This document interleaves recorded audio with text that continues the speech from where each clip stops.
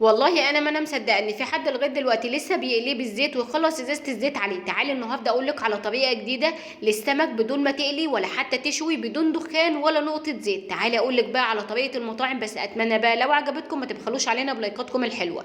اول حاجه انا معايا هنا كيلو من السمك المكريل، وبدات ان انا انضفه بالشكل اللي انتم شايفينه قدامكم ده، واتخلص من راس السمكه.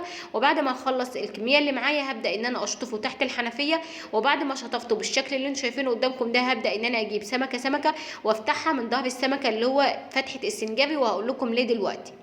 هسيب السمك بتاعي على جنب، وهجيب كمان 4 حبات من الطماطم اضيف عليهم ميه سخنه عشان اتخلص من قشره الطماطم. معايا كمان 4 حبات من البصل، وهبدا ان انا اقطعها تقطيع عشوائي وافرمها في الكبه فرم يكون وسط، ولا خشن ولا ناعم. بعد ما حضرت البصل هحتاج كمان لقرنين 2 من الفلفل الاخضر العادي، وهبدا ان انا اقطع له مكعبات صغيره. وهسيب الفلفل بتاعي على جنب بالشكل اللي انتم شايفينه قدامكم ده. وكمان هتكون الطماطم بتاعتي اتخلصت من القشره بتاعتها بمنتهى السهوله. وهبدا بقى ان انا اقطعها كاني بعمل سلطه بالظبط لمكعبات صغيره جدا. اسيب بقى الطماطم بتاعتي على جنب، وهحتاج كمان اجيب الكبه وانزل فيها ب10 فصوص من الثوم، معلقه كبيره من الملح، معلقه كبيره من الكمون، معلقه من الكزبره، وكمان معلقه من هريسه الشطه، وقرن من الفلفل الاخضر العادي، وعصير 2 ليمونه بالشكل ده كده. بعد كده كمان هبدا ان انا اضيف معلقه واحده من الخل، وافرم كل الحاجات الجميله دي مع بعض. وبكده نكون حضرنا اجمل تتبيله سمك ممكن تجربوها. بعد كده هجيب سمكه وهبدا ان انا اتبلها كويس قوي بالتتبيله الجميله الخطيره دي. وهسيب السمك يشرب من التتبيله لغايه ما نحضر باقي وصفتنا الحلوه. بعد كده معايا حله فيها معلقه من الزيت وكمان مكعب من الزبده.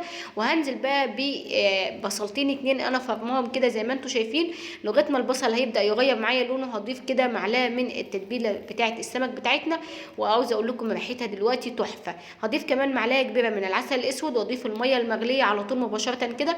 نظبط بقى الملح، واضيف كمون وكزبره، واستنى كده الميه تغلي دقيقتين، وبعدين انزل بالرز بتاعي اهدي عليه بقى النار.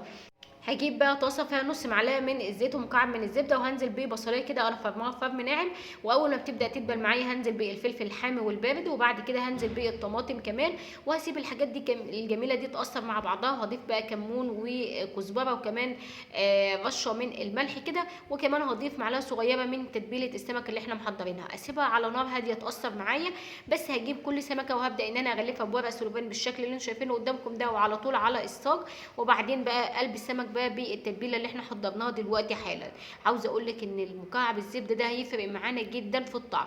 على فرن درجه حرارته 200 مشغله من تحت، بس بياخد حوالي 15 دقيقه بالظبط. وده كان معايا الرز بتاعي مفلفل الله اكبر، حاجه كده تحفه. ايه رايكم بقى في اكلات المطاعم؟ سهله وبسيطه وما خدتش اي وقت خالص.